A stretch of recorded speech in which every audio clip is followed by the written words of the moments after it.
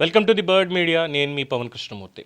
ముఖ్యంగా పవన్ కళ్యాణ్ గారికి ఈ సూచన ఇవ్వడానికి డెఫినెట్గా నాకున్న స్థాయి సరిపోతుంది. కానీ ఆయన్ని అభిమానించేవాడిగా ఆయనకి ఏదో ఒక చిన్న మాట చెప్పాలనేటువంటి తాపత్రయం తప్ప ఇందులో ఆయన్ని కించపరిచేది కానీ ఆయన తక్కువ చేసేది కానీ ఏమాత్రం లేదు అనేది అభిమానులు గుర్తుపెట్టుకోవాలి. జస్ట్ బికాస్ పవన్ కళ్యాణ్ ఒక సినిమా నటుడు.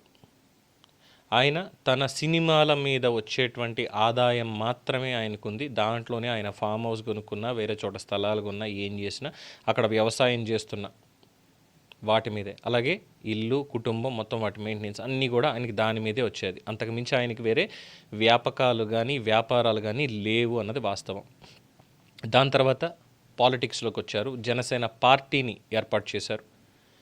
విరాళాలు ప్రజల నుంచి, అభిమానుల నుంచి విరాళాలు వచ్చాయి. వాటి ద్వారా పార్టీని సంస్థాపితంగా బలోపేతం చేసుకుంటూ సాయం కావాల్సినటువంటి వాళ్ళకి, అది వరద సహాయం కావచ్చు, విపత్తు సహాయం కావచ్చు, రెండు రాష్ట్రాలకి అటు సినిమా డబ్బులు, ఇటు పార్టీ విరాళాలు, వీటి నుంచి మాత్రమే ఆయన ఏ కార్యక్రమం చేసినా, చేస్తున్నా, చేయబోతున్నా దాని నుంచి ఆయన చేసేది.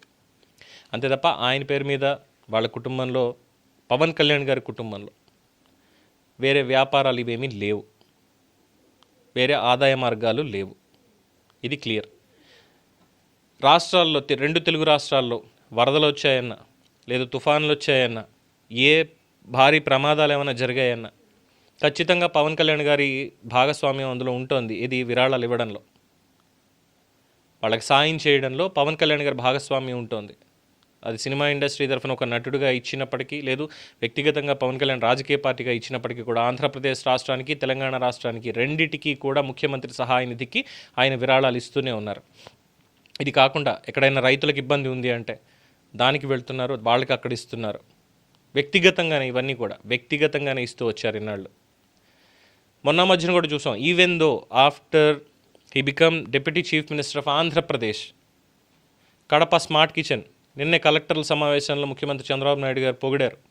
చెరుకూరు శ్రీధర్ గారు ఈ ఐడియా చెప్పగానే పవన్ కళ్యాణ్ గారు వ్యక్తిగతంగా ముందు తీసుకొని, ఎస్, ఒక కిచెన్ మొత్తాన్ని కూడా నేను ఏర్పాటు చేస్తాను, తర్వాత లోకేష్ గారు ఇంకొక 3 కడపలో మొత్తం 4 ఏర్పాటు చేయాలి అని చెప్పని అన్నారు. అందులో ఒకదానికి పవన్ కళ్యాణ్ గారు వ్యక్తిగత నిధులు ఆయనే ఇచ్చారు. అక్కడికి అయ్యింది. ఆ తర్వాత తుఫాను బాధితులు కావచ్చు, ఇంకొకరు కావచ్చు, అందరికీ 1,00,000నో 2,00,000నో ఈ విధంగా ఇచ్చుకుంటూ వెళ్ళారు. క్రీడాకారులకు సైతం వ్యక్తిగతంగా సాయం చేయడానికి ఆయన చూస్తూనే ఉన్నారు, చేస్తున్నారు. ఆయనకు వచ్చే నెల జీతం కూడా తీసుకెళ్ళి పిఠాపురంలో అనాథ పిల్లలకి ఇచ్చేస్తూ వస్తున్నారు. ఇలా చెప్పుకుంటూ పోతే లిస్ట్ చాంతాడంత ఉంటుంది. అంతెందుకు, మొన్న మధ్యన దసరాల్లో చూసాం మనం, పిఠాపురంలోనే దాదాపుగా ఇన్ని చీరలు పంపిణీ చేస్తామని చెప్పి ఆ రోజు ఎటువంటి ఇబ్బంది ఎదుర్కొన్నాం, ఏ విధంగా మాట్లాడారు, ఎవడు పిలవమన్నాడు నిన్ను ఎవడు పిలవమన్నాడు అక్కడ, చీరలు ఎత్తాం ఇది అని చెప్పి నేను ఎవడ పిలవమన్నాడు అంటూ వాళ్ళే, పిఠాపురంలో ఉన్నటువంటి వాళ్ళే. ఆయన చెప్తే వాళ్ళకి సంబంధించిన వాళ్ళు, ఇగో ఈ సమయానికి మాకు ఇంత స్తోమత ఉంది, దీంట్లో ఒక 10,000 మందికో 20,000 మందికో చీరలు మేము పంపిణీ చేస్తామంటే, మేము 50,000 మంది మేము వెళ్ళిపోతాం, మాకు చీరలు ఇచ్చేయాల్సింది అని కూర్చుంటే ఎక్కడి నుంచి తెచ్చిస్తాడు ఆయన? ఈ మాట నేను చెప్పదలుచుకుంది. పవన్ కళ్యాణ్ గారు వ్యక్తిగతంగా సాయం చేయాలి అనుకున్న దాన్ని కాస్త సైలెంట్గానే ఉంచేసి, ప్రభుత్వం తరఫున ఏం చేయాలో మ్యాక్సిమం ప్రభుత్వం తరఫున ఏం చేయగలుగుతారో అది చేస్తే మంచిది. ఎందుకంటే 10 మందికి ఇచ్చారు అంటే 11వ వాడు అదిగో ఆ 10 మందికే ఇచ్చారు, నాకు ఇవ్వలేదు చూసారా అని పవన్ కళ్యాణ్ని తిట్టుకుంటారు. పవన్ కళ్యాణ్ కాదు, ఇది సర్వసాధారణం. నాకు సాయం చేయలేదు అంటే వాళ్ళని తిట్టుకోవడం అనేది కామన్ అయిపోతుంది సమాజంలో. ఎందుకు ఇవ్వరు, నాకు ఎందుకు ఇవ్వరు అనేటువంటి మాట తప్పితే ఎంత చేసినప్పటికీ కూడా. సో ఆ ట్రాప్లో అనే దానికి ఆయన పడకూడదు. ఆయనకి అది ఒక భారం కింద మారకూడదు ఫర్దర్గా. ఇదే మాట నేను పవన్ కళ్యాణ్ గారికి చెప్తే ఆయన ఏమంటారో తెలుసా? నీకెందుకు రా అసలు, ఇచ్చేది నేను, నాది సంపాదన, తిట్టుకుంటే తిట్టుకొని నాకు ఉన్నంత, నాకు వచ్చిందంతా నేను ఇచ్చుకుంటూ వెళ్తాను, నాకు రానప్పుడు నేనేం చేయలేను కదా, ఎలాగో అప్పుడు మాట్లాడుకుందాం కావాలంటే. సో అప్పటి వరకు కూడా నేను చేయాల్సింది ఏదో నేను చేసుకుంటూ వెళ్ళిపోతాను అంటారు తప్ప దీన్ని ఒక సజెషన్గా ఆయన కూడా తీసుకోరు. ఎందుకంటే ఆయనకి నచ్చదు ఇలాంటి మాట. ఇది పాజిటివ్గా అనేది అండి, నెగిటివ్గా అనేది కాదు, ఇది పాజిటివ్గా అనేది. నాకు ఉంది కదా, నాకు ఉన్న దాంట్లో నేను ఇచ్చుకుంటూ వెళ్తాను, ప్రభుత్వ పరంగా చేయాల్సింది నేను చేస్తూనే ఉన్నాను. ఈ విషయంలో పవన్ కళ్యాణ్ గారు అతీతులండి. ఒక ఫోటో మీరు ఇక్కడ చూడొచ్చు, మార్పు అనేదానికి.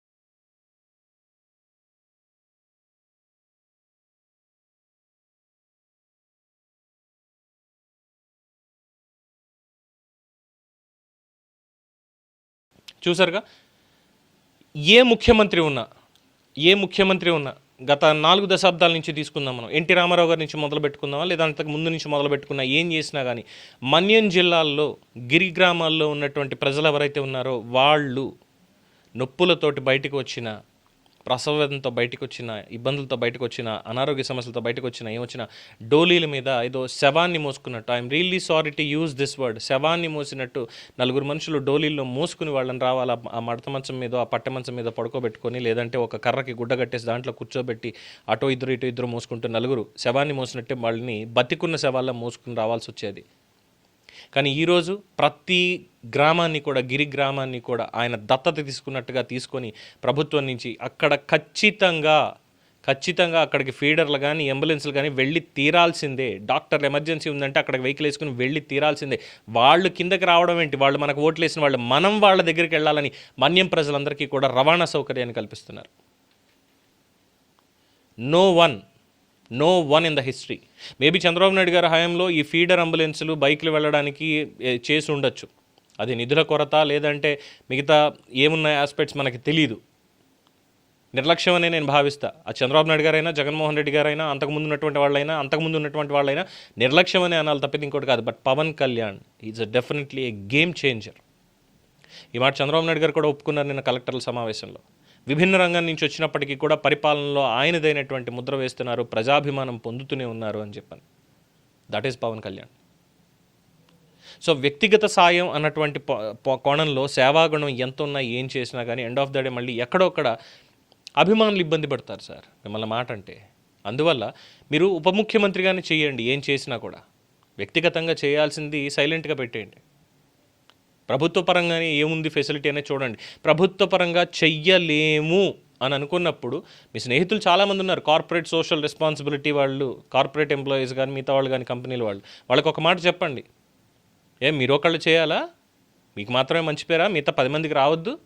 ఆ 10 మందికి కూడా చెప్పండి, ఫలానా కంపెనీ వాళ్ళు మీ సిఎస్ఆర్ కింద ఇదిగో వీళ్ళకి ఇలా ఉంది, ఇక్కడ మీరు ఫైల్ అక్కడికి పంపించండి. ప్రభుత్వం చేయలేకపోతుంది అంటే వ్యక్తిగతంగా చేస్తున్న నాళ్ళు కూడా ఏంటంటే 10 మందికి సాయం పొంది 11 వాళ్ళకి వెళ్ళకపోతే వాళ్ళు ఖచ్చితంగా తిడుతూనే ఉంటారు, ఖచ్చితంగా తిట్టుకుంటూనే ఉంటారు, విమర్శలే వస్తూ ఉంటాయి. ఎగ్జాంపుల్ చీరల విషయం తప్పితే ఇంకోటి చెప్పక్కర్లేదు. ఎంతమంది ఆ రోజు ఇంకా ఏంటంటే ప్రతిపక్షాలకి, మిగతా వాళ్ళకి కూడా ఒక ఆయుధం అయిపోతుంది. ఇదిగో పవన్ కళ్యాణ్ వాళ్ళకి ఇచ్చాడు, వీళ్ళకి ఇవ్వలేదు, ఇస్తానన్న వాళ్ళకి ఇవ్వలేదు, అట్టహాసంగా ఏదో పబ్లిసిటీయే చేసుకున్నాడు అన్నటువంటి పాయింట్ వచ్చేస్తుంది.